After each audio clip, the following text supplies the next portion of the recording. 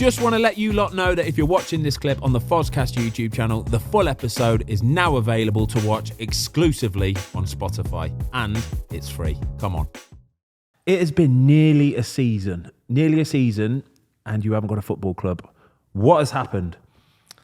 Obviously, last time I was at a club with Ipswich, did the August to the January there, was doing really well, ended up getting back end of the year, had a few problems going on off the pitch. Obviously, I was with Kieran down there. He knows me as a player from United and from the academy days. He could see something wasn't right, so he said, I want you to go back to Manchester. After the game, I think we played Stoke on New Year's Day. Left me on the bench, said, I want you to go straight back to Manchester. Go get yourself sorted. Come back as Brandon. When I did come back to Manchester, things increased off the pitch with family problems, friends problems, and it just wasn't right for me to go back down. Ended up starting training again with a coach from United. Did that for about a month, and then it got to about April, and he was obviously pushing for promotion, so it wasn't right for me to go back down there. And then anyway, left that. Was watching them all the time, wishing them luck and everything. Still speaking to a lot of them, and then I just needed a summer. I needed to get away. I needed to get out of Manchester. I needed to just go clear my head. Went away, went to Marbella for a month, was out there by myself for like probably 2 of the weeks. I went out with friends, and then I was there. I just didn't want to come back to Manchester for a bit. And then, so I haven't been training now since March. Came back, and then my friends was worried about me, like Angel Gomez, Jimmy Garner and Damani Miller. Because I want training. I wasn't in I was staying in my apartment where I was at, wasn't moving, wasn't coming out. So they got in contact with the guy from United. And then Damani trains with a guy who's not too far away. He's a good coach. He's called Wayne Richardson. Brought me in, wanted me to start training with him again, but I've trained all my life. I didn't train for 6 months or something, like literally nothing. So it took a toll on my body. So when I did go and try and train again, like it was something just didn't feel right. My back was in bits. My legs was not right. But since then, I've been training now since August, every day. Didn't get back on the pitch till like October time, and then I'm just working hard now, getting back fit, feeling good now. Hopefully looking to get back a team for pre-season. Is it fair to say you fell out of love with football? At that point, I did. That point, it was just getting too much for me. So what happened? What was it? It was just problems with friends going behind my back and stuff like that, stabbing me in the back.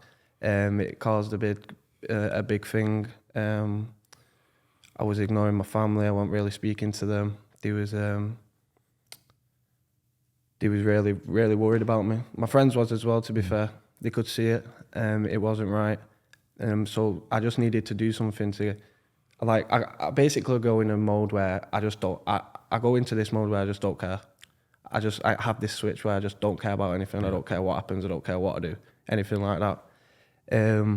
So they wanted me to get back to football, but they could see that I fell out of love with it. Like I just didn't want to do it. But then when I did start training again and watching football now, it hurts me watching football now because I just want to be there. I just want to play. I miss being in a team. I miss being on the coach, traveling to games, staying in hotels, having meals together, just doing things. Training by yourself, I hate it. So I just want to get back there. I suppose when you've been around it your whole life, you were 7 when you joined United, weren't you? And you're playing day in, day out with your mates, travelling, playing cards, having lunch, all these things you do on away days, to have it taken away quite quickly, it must be really difficult. But with that mode you go into, taking yourself away from it and almost burying your head in the sand, that's it's quite normal for everyday people. But when you're a Man United player and people know you, how difficult is it that then you walk down the street and people are asking you what's next? Or that must be really challenging. Yeah, since now, I made my debut at 19. I'm from Manchester. I already knew a lot of people. So taking that transition from just being a guy who just loves football as a kid, can go play with his friends or something like that, and no one bother or anything, to going like, right, this is serious now. I've got to be a professional. I've got to grow up fast because I'm the youngest in my family as well. So when I did make my debut, and then all this pressure, like you have so many friends you didn't even know you had family members you didn't even know you had. It's a lot to take in, and I never really had that. I have my dad, but he's never been in a situation like that either. I don't have an older brother who can start looking after things off the pitch and like that, because my mum and dad still worked as well. So I loved football as a kid. I loved it. I loved it every single minute. When I was playing for United, I loved it. When I was playing for Norwich, I loved it. Ipswich, I loved it. But I just think it's that thing where maybe it's just some people are just different. Like when you do something for many years, it gets too much for somebody sometimes. But I feel like in my head, I'm very mentally strong. Like from where I was to where I am now. Like if you was on the journey, like you would see the massive difference that there is. Who did you talk to? Have you got somebody you can talk to? Did you talk to a psychologist? Yeah, I did. It was Mick Farrell. He was at United. He was a psychologist there. I've knew him since I was 15. He used to bring me in all the time. He used to, when I wasn't moving out my apartment, I was literally staying in bed. He used to turn up at like 9 o'clock or something at my bedside, trying to get me out, trying to do something like, let's go to war, let's go for a coffee, just something like that. How dark are them moments then? How bad does it get when you can't even get out of bed in the morning? Yeah, it's dark. It's hard as well because a lot of people do care, but a lot of people care because maybe they don't want to lose the lifestyle that they had or something like that. So they're like, come on, like we need you to get back. We need you to do all this, when it's like, maybe I'd needed that break to just like take everything in, to reset. Because sometimes I feel like you do need a reset, and just to go ghost for a bit and just like, no one knows what I'm doing. I know what I'm doing. I know I'm working hard. I know I'm trying to get back fit. So, and it's just down to me to do that and to get back. That's really hard though, isn't it? Because like from what you're saying, it just sounds like you've got the pressure of other people, whether it be friends, family, or people you think that are friends. Like, ask you, Fozzy, like how you came into the game later. Obviously, Brandon was 7 at United.